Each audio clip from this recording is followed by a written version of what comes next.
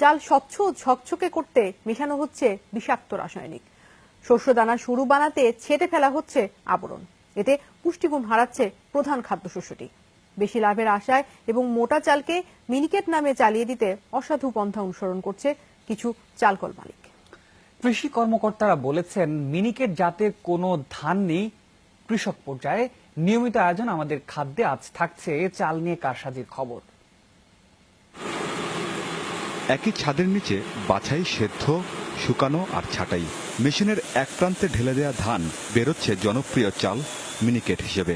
পুরো প্রক্রিয়াটি আগে হাস্কিং মিলে কিছুটা দৃশ্যমান হলেও অটো মিলের যুগে চলছে কঠোর গোপনীয়তায়। চালের জিরো ফিগারের যাত্রা শুরু হয় বয়লার থেকে।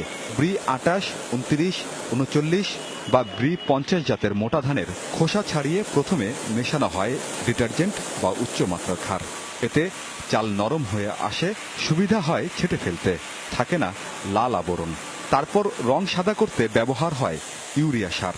সবশেষে মোম পলিশের নামে আবার রাসায়নিক। স্থানীয়ভাবে এ মিশ্রণ স্যালাইন নামে পরিচিত।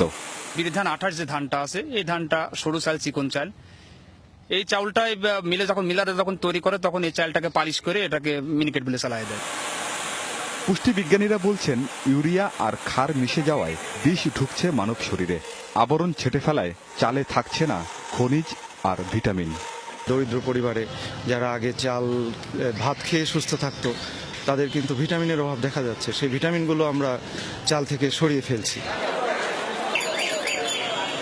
বাজারে মোটা চাল যেখানে 32 থেকে 35 টাকা, সেখানে মিনিকেট বিক্রি হয় 45 থেকে 55 টাকায়। বিপুল আয়ের লোভেই মিনিকেট বানাতে ঝাঁপিয়ে পড়ে অনেক ব্যবসায়ী।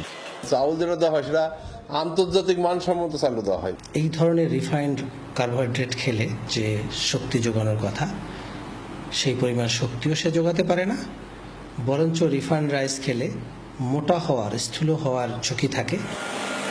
মিনিকেট বানানোর সময় চালের 3 ধরনের উপজাত তৈরি হয়। এর একটি থেকে হয় তেল আর বাকি দুটিতে পশুখাদ্য। আমিন বাবু, যমুনা নিউজ।